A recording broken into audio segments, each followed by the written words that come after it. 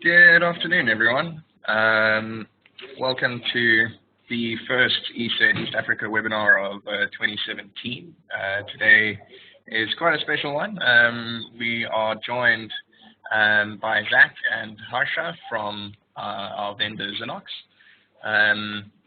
Just to do a quick introduction for the two of them, since they'll be running the presentation today.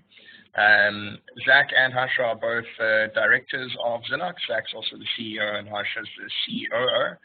Zach's a self-proclaimed sports enthusiast and foodie, and obviously, like all of us today, I'd assume we're all obviously keen on technology and obviously try to keep our hands on the pulse.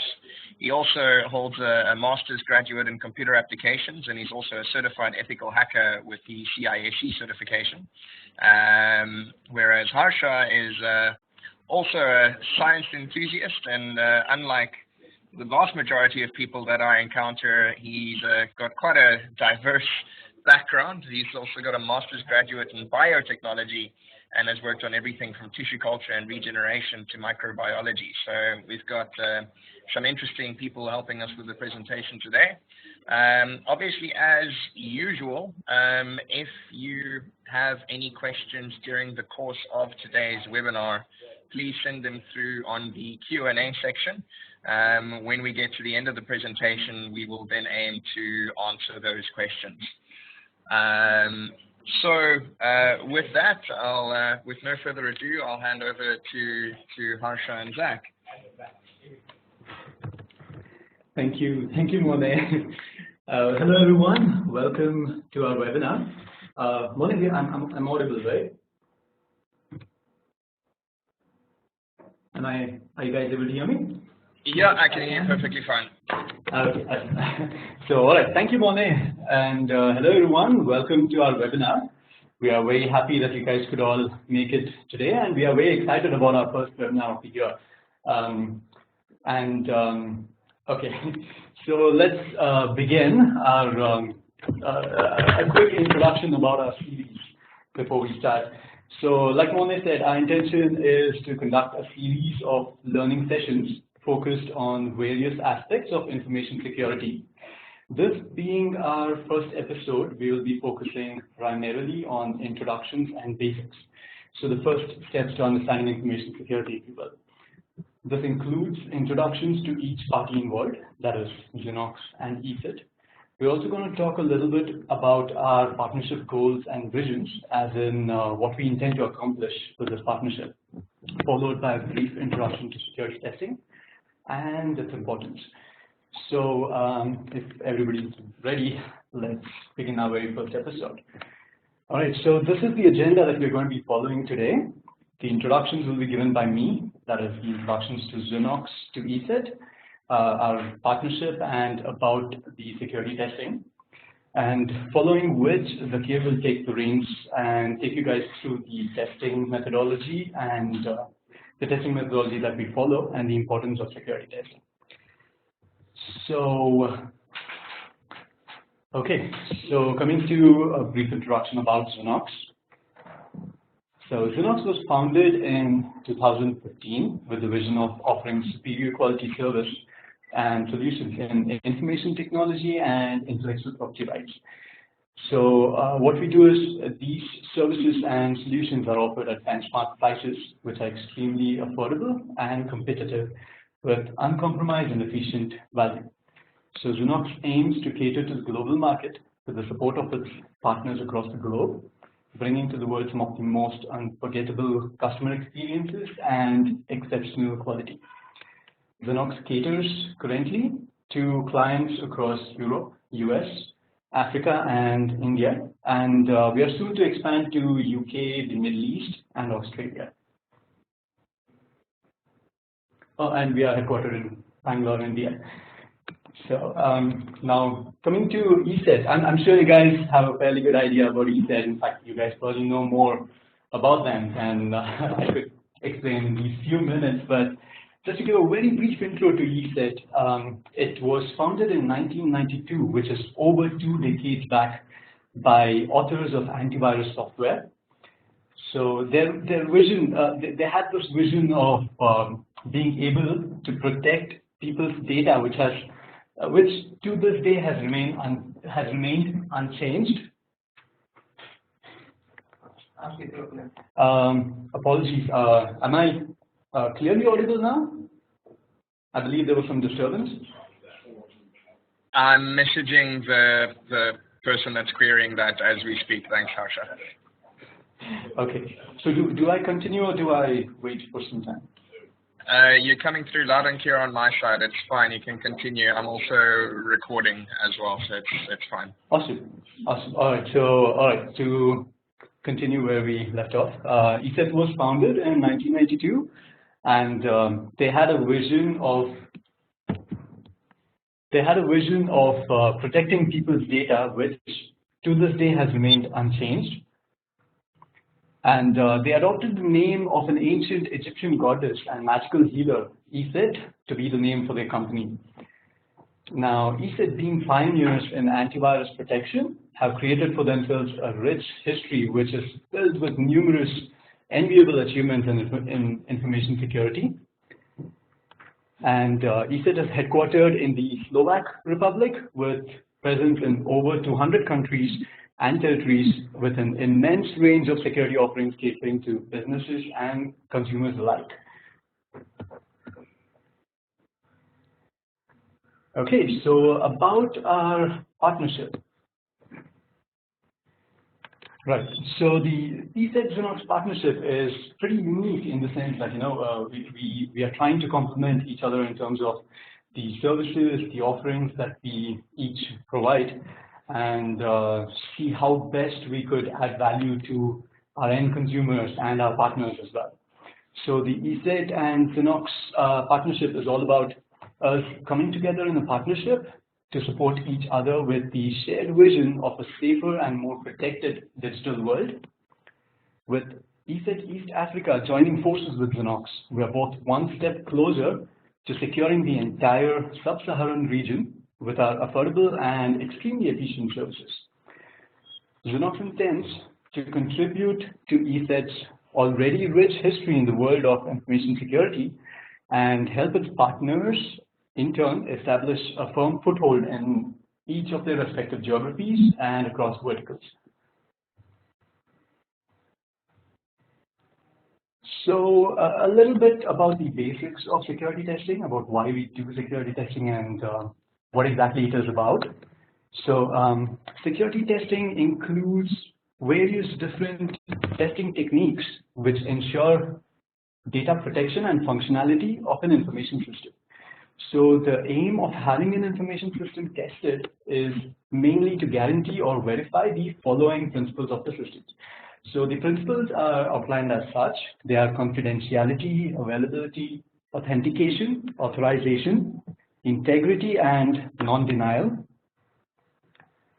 Security testing also involves active investigation of the application for weak points, vulnerabilities, or technical flaws, which act as loopholes for a hacker to gain access to the application, which in turn leads to loss of data, security breach, and complete or partial exploitation of the applications and its intended purpose.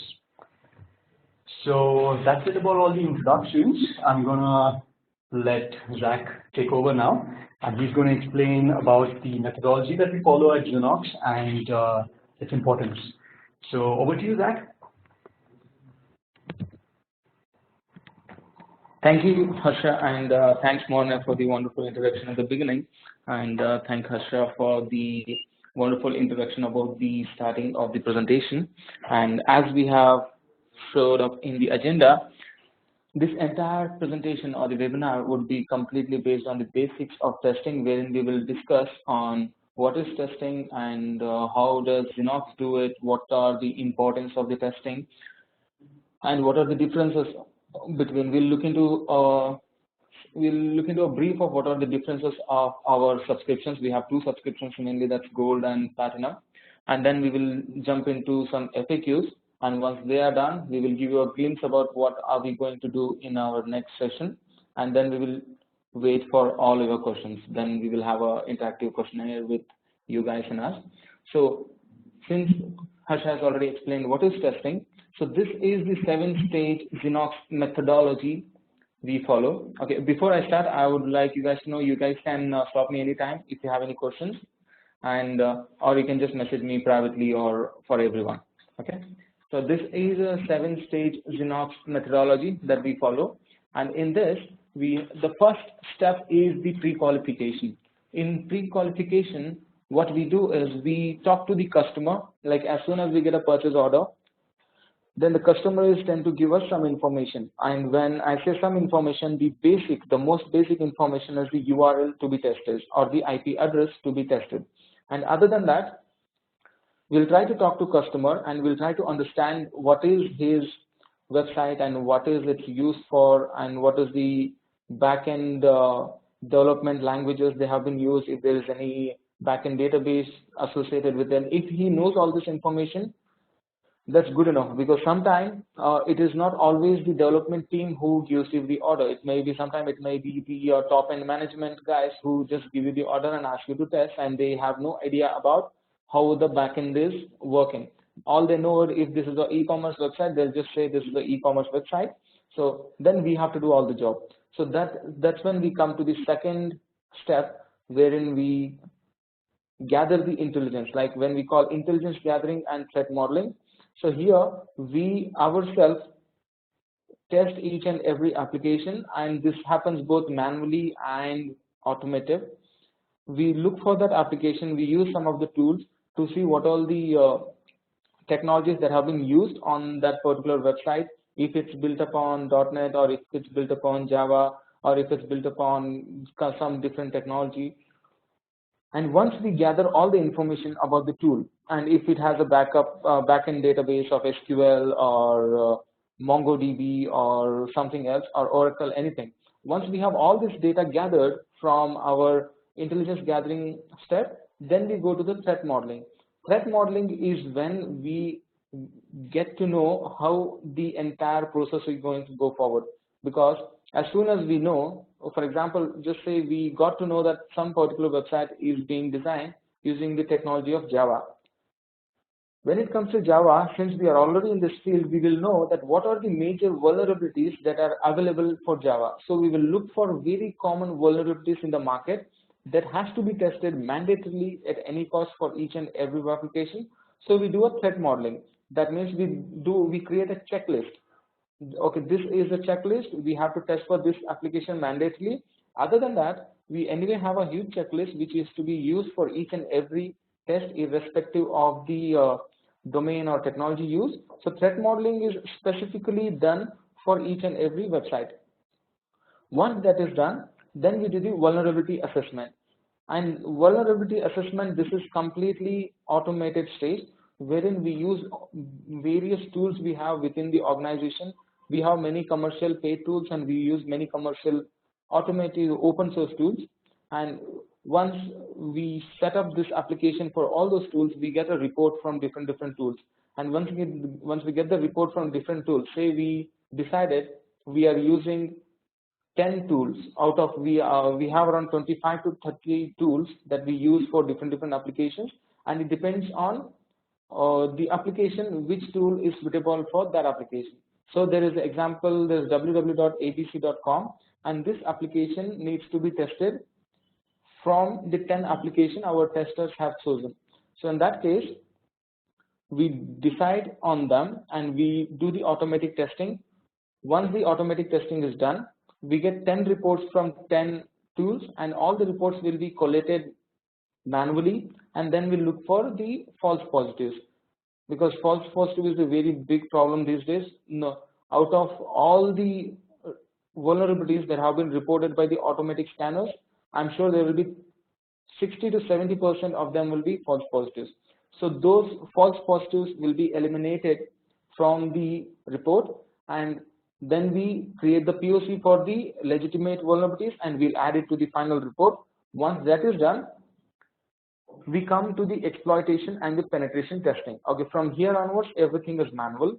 Okay, in the exploitation and penetration testing, we make sure each and every 39 WAS2 classes are covered, and top 10 OATs, top 10 are covered. and each and every business logic classes are covered. And there is one more standard body which has gained lots of traction these days, that's called SANS, SANS or CWE, which has around 100 classes, and every year they keep updating and they keep changing, but we cover only top 25 of those classes. So in the exploitation or the penetration testing, this is the stage where we do the manual testing, and this is the part where the platinum subscription comes in the picture. And business logic testing is again which cannot be covered in the gold subscription. So it is part of the, I'm sorry for that. Okay, hope you can see this. Okay, business logic testing is a part of platinum subscription, and this is done manually, wherein we try to look for many of the business logic classes. Out of 39 VAS2 classes, there are around 14 to 16 classes which has to be tested manually, because none of the automatic scanners in the market covers them. And out of those 14 to 15 classes, there are 7 to 8 classes which particularly talks about business logic testing. I hope all of you understand the definition for business logic testing. If not, then we can discuss that at the end of the slide. And then we do the reporting. In the reporting, we report each and every vulnerability, and we take the screenshots for each and every vulnerability and present it to you. That's about the methodology. And next slide gives you the difference between the gold and platinum subscription. So this is our 7-stage methodology and the names for that, and which part is auto and which part is manual. If you see properly, the stage 3 is the only part that's completely automatic. Other than that, every stage or every step has the manual interaction, and first 4 steps is the gold subscription, wherein we test the application using all the automated tools, and once we get the report from all the tools, we collate them, we take out the false positives, and we give the report to the customer. We will not go to the penetration testing or exploitation, or we will not do the business logic testing on that, or the role-based testing. And documentation, that means reports will be available for both. And platinum is the extensive testing, wherein it includes gold plus exploitation and penetration test plus business logic testing plus role-based testing. This is the difference. Hope you got a brief idea about how it works. Next one is the impacts. Okay, when we talk about the impacts, there are 2 sets of impacts. One is the direct impact to the customer or the company or the partner. Other one is the indirect impact. When there is an indirect impact, the impact might be the person for whom this website is not for. For example, say Yahoo.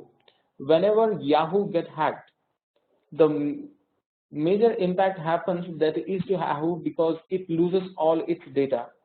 And the person whose that data is, like, for example, ESET has 5 of its customer using Yahoo's email IDs.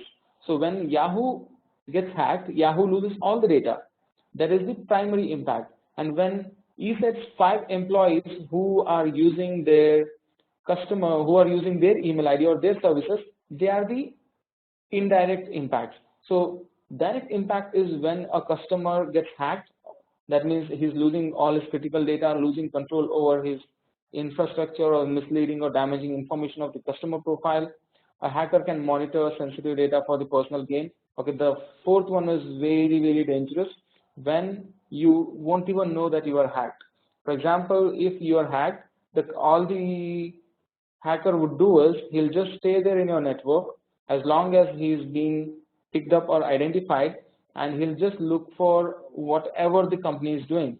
For example, just imagine if IBM is being hacked and someone is monitoring each and everything, or each and every new work, new patents, new ideas that IBM is coming up with, and IBM doesn't even know that they are being monitored by some external agency or some external entity. So the 4th one is very dangerous. So to identify all this, the security testing is very, very important. And the indirect impacts are obviously loss of trust.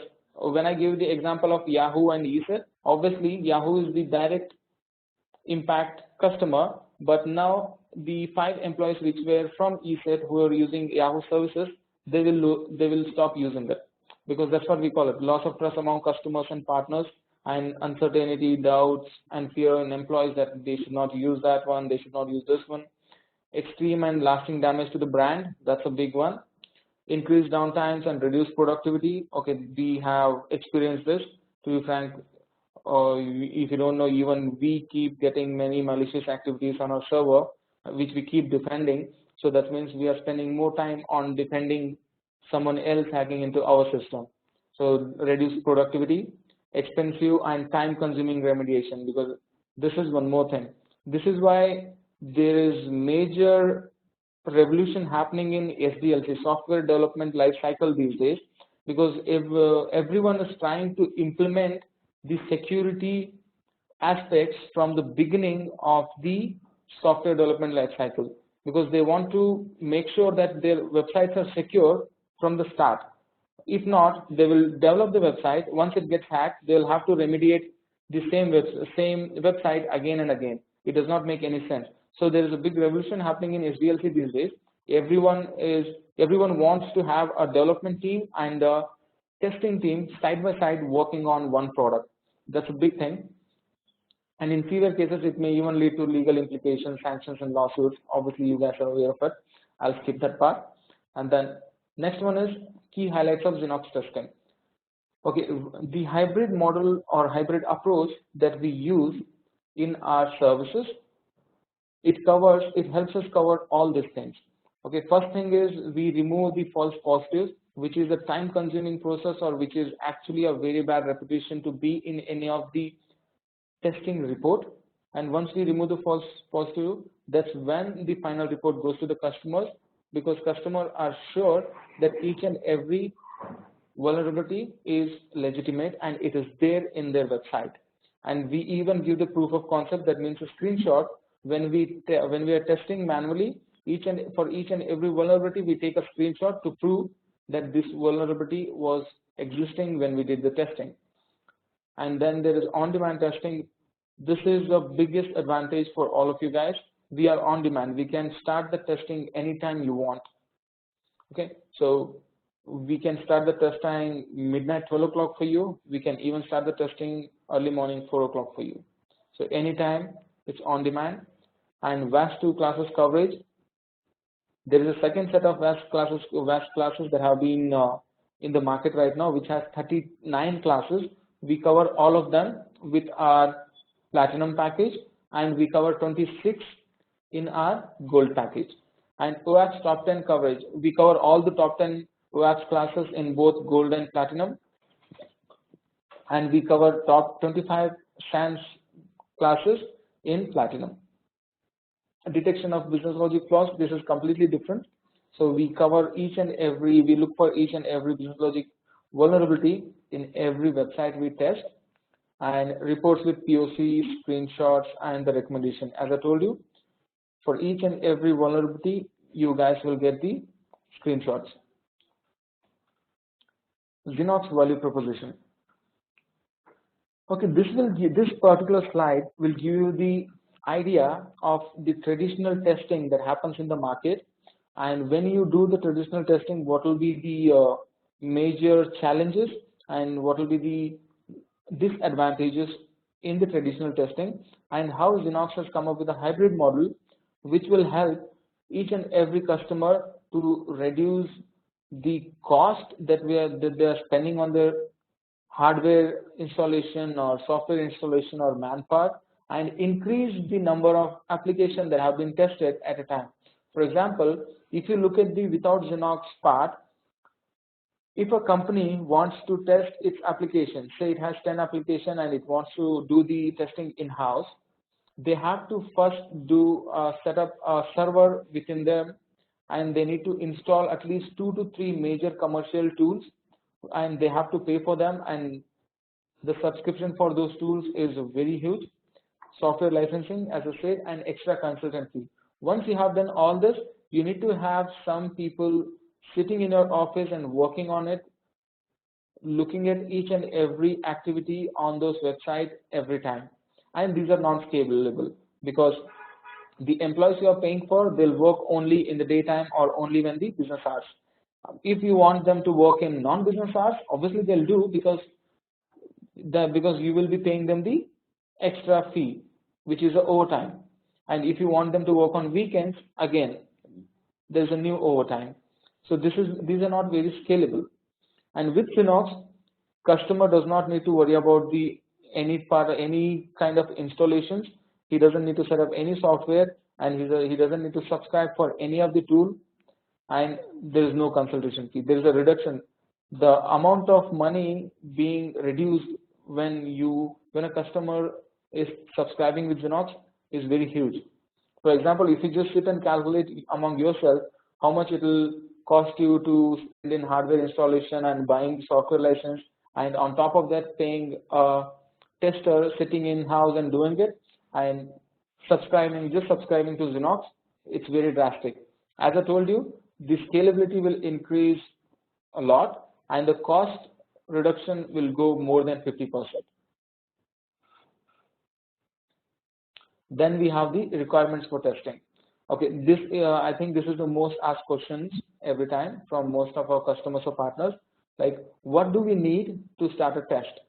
Basically, all we need is a URL or the IP address which needs to be tested.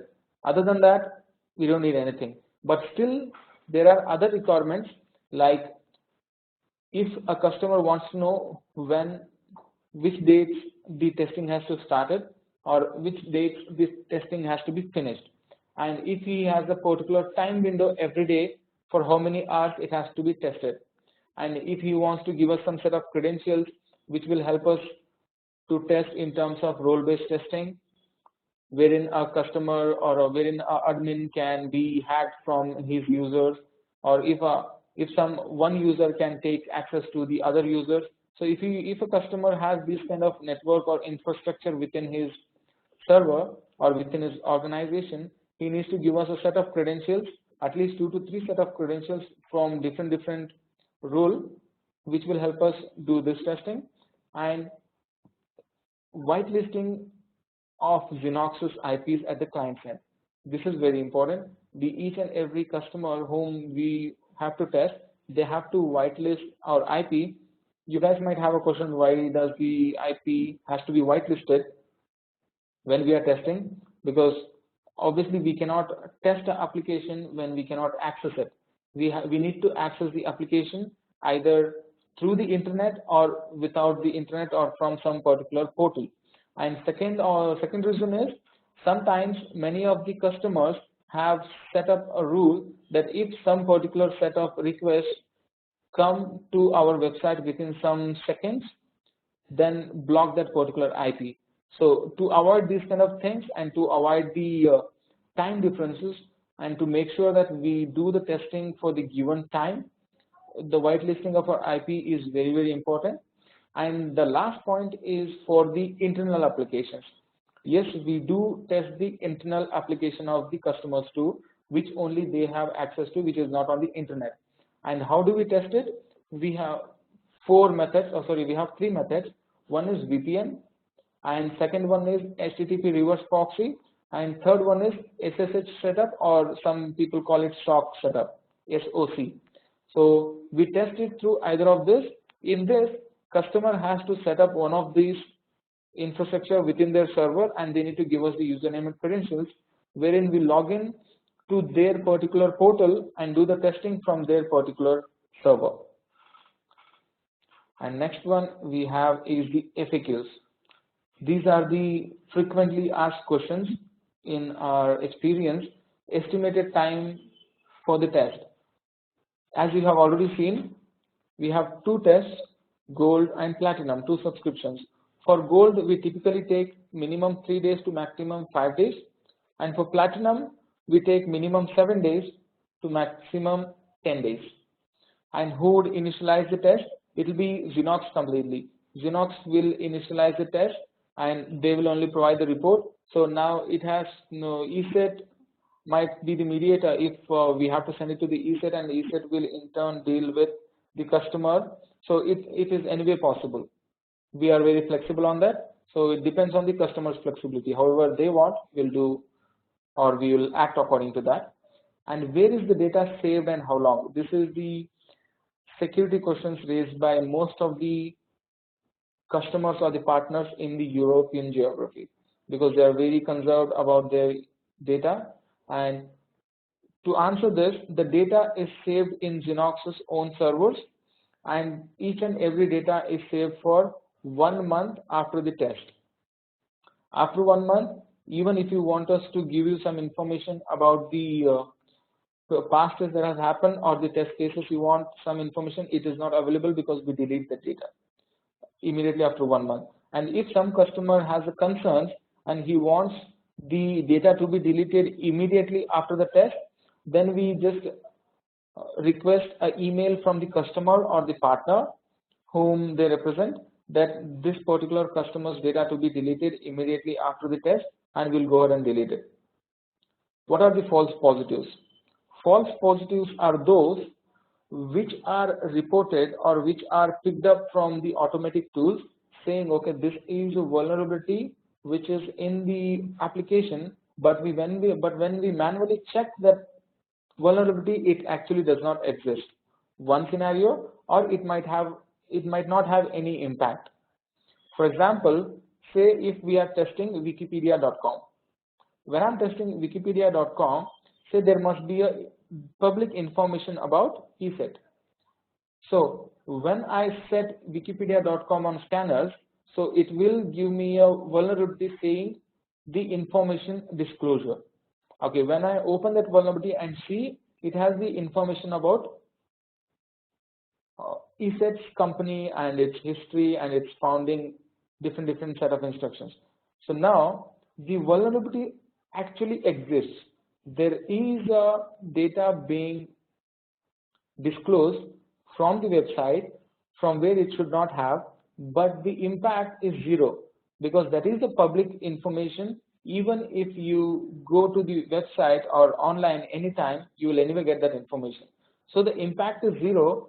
We'll call it we'll call it false positive, and sometimes the vulnerability itself does not exist. When we manually check it, we won't be able to retrieve that. So then it's a false positive. There are two scenarios. And difference between gold and platinum, I think we have already covered it. I think this is all about and our next episode preview. We wanted to give you a title or a glimpse of what our next episode will be completely about. In the next episode, we will be giving a detailed information about the differences between gold and platinum subscription and a detailed description of what VAS classes covered. We have 39 VAS classes, and out of those 39, which one of them are covered in gold and which one of them are covered in platinum and why there is a difference. And there is one more point we need to discuss in the next episode, that is the reports. We will discuss on the detailed overview of the report, what all is a report is inclusive of, and there is no difference between the gold report and platinum report, by the way. They all look the same. That's all, guys. Now, I think we should go for the question answers.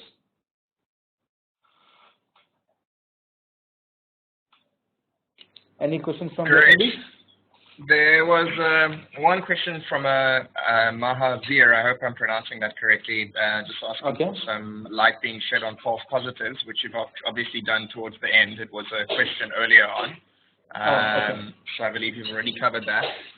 There was also another question from Ayanda regarding what exactly Zinnox is testing, just in case that wasn't clear. Obviously, the idea is either a public-facing service or website that someone has for a customer, so you can think of anything from a portal that your customers are logging into, a billing system, e-commerce store, anything that is exposed to the internet, or of course any internal system which you deem of critical business use. So that could be everything from your mail server or your maybe an Active Directory server if you want to check that for vulnerabilities based on its IP, anything that you deem of importance that shouldn't necessarily be compromised.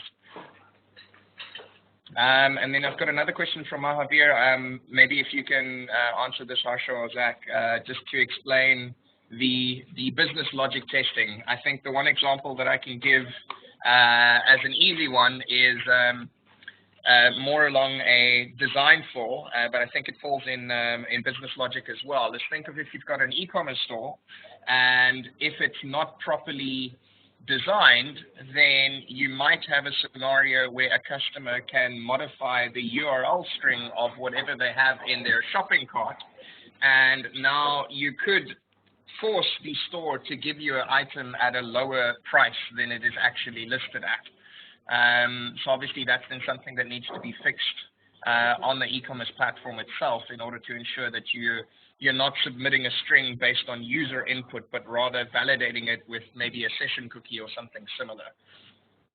Correct.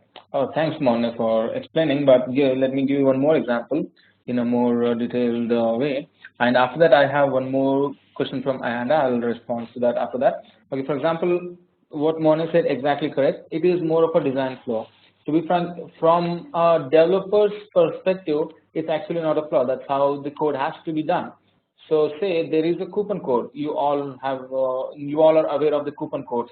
For example, if there's a e-commerce website and you use some particular coupon code, and you will get 10% of discount, correct?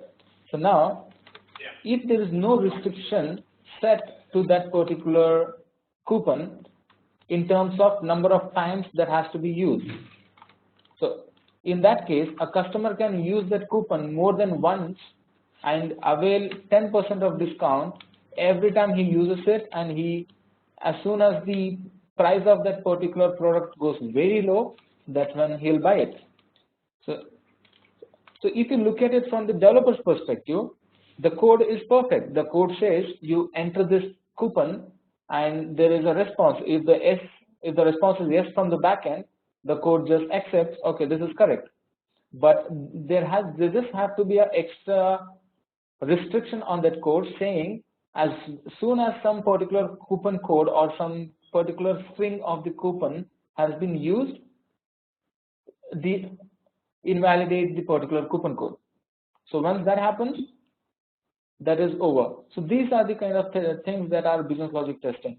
And the very major business logic testing in the history was the negative amount transfer. If you guys know about it, it was there in, it was a very huge hit around in 2007 or 8, around that time, when people were trying to do the negative amount transfer.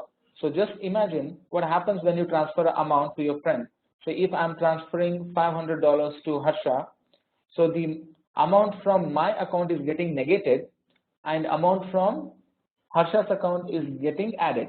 But when I actually transfer minus 500, that means I'm taking $500 from Harsha's account and adding it to myself. This was one of the hit and most talked about business logic vulnerability in the history. So this is just a business flaw. This is just a design flaw. According to the developer, it's correct. It doesn't make any difference. So these are the kind of business logic vulnerabilities that you have to look for if there is a scope for payment gateways in your website, and if there is any transaction happening in your website, you always have to go for a platinum test. It's mandatory. We always recommend it, but again, it's completely customer's choice. And referring to the next question from Ayanda, does the Zinnox comes as a tool offline or online? Okay, Zinnox, Ayanda, Zinnox is not a tool at all. Zinnox is a service. The security testing that we offer, it is a service which in turn is a hybrid model which uses both tools and manual effort clubbed together and offered as a service. Hope that answers your question.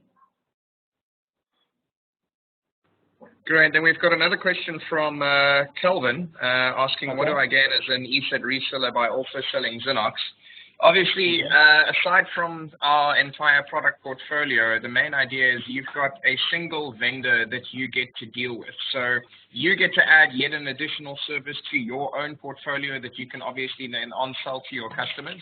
And it means that you don't necessarily need to have the in-house expertise or spend the time and investment in order to train an internal staff member on the intricacies of vulnerability assessment and penetration testing. So obviously you get to add something to your portfolio. You get to gain more revenue by adding yet another service to what you're offering to your customers. And obviously you have a single point of contact as usual with all of the products and services that we as ESET Africa provides. Correct.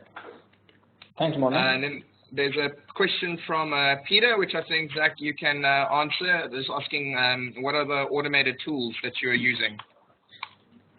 Oh, well, that's a difficult question. We use a lot of tools, but the major, if I could name, are the Aconetics, NetSparker, and Nessus.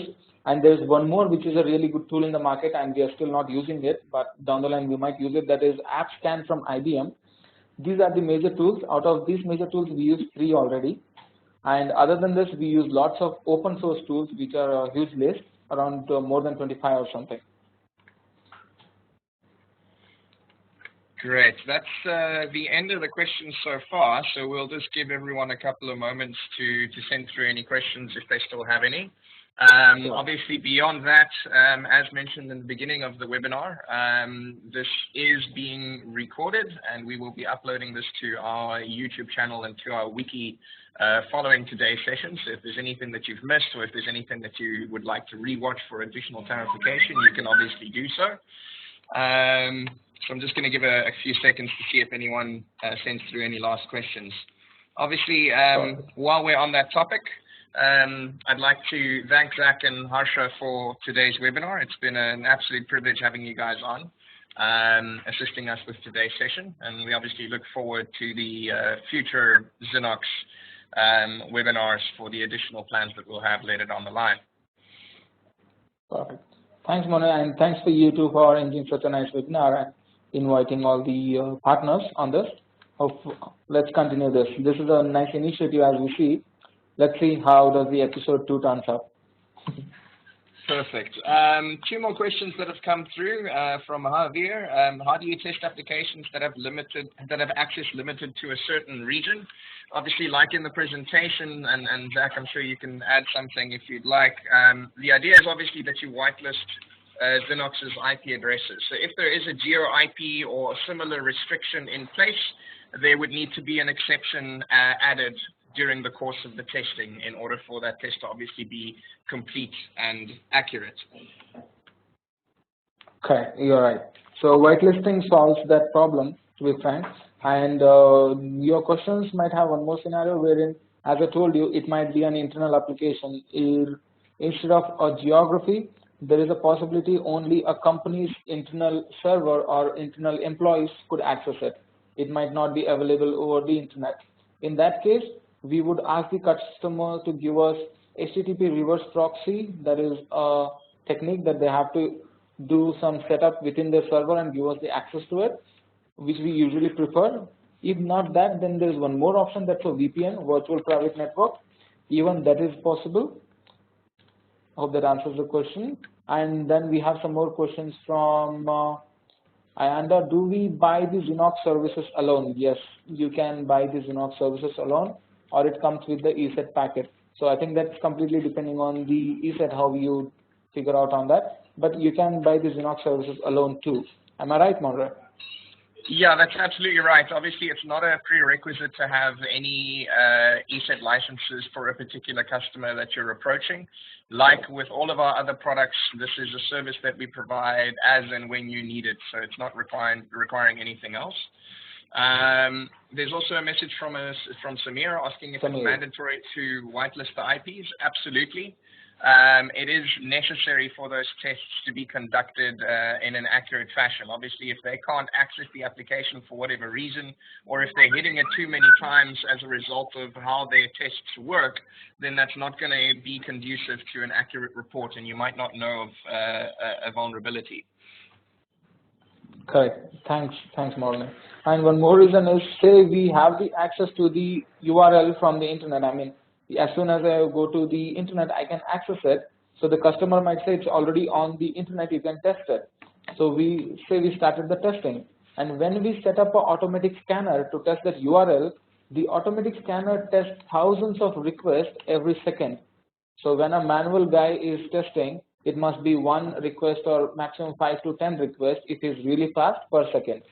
But when it's an automatic scanner, the number of requests it can send is from thousands to 50,000, depending on the bandwidth that we set. So when this happens, the server from the client send notices that there might be some brute force attack that's happening, and it will block us. And once we cannot access the application, we cannot test it. Then we will just drop an email to the customer, whitelist or give us the access. And if this keeps happening continuously, then obviously, you know that the testing will not happen in the fashion that we have said, and the quality might not be the accurate or the as per our expectations. Perfect. And we've got another. For Samir. Yeah. Yeah, that's great. Then there's another question from Peter asking if the pricing is applicable to the end users only. Peter, I know that you're one of our partners, so what I'll do is actually get in touch with you after today's session on the pricing discussion specifically. Correct.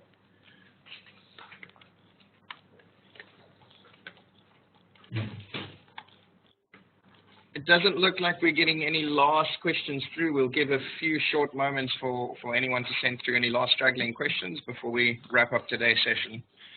Yes, I think we are on time, and this is perfect.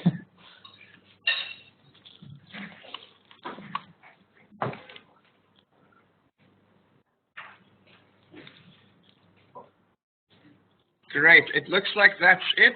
So thank you everyone that attended today's webinar. I hope it was informative. And once again, thank you to Zach and Harsha for the great presentation and the information that they provided.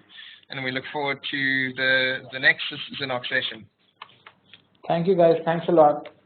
Thanks Morne. And thanks to all the participants. Bye-bye. Bye-bye.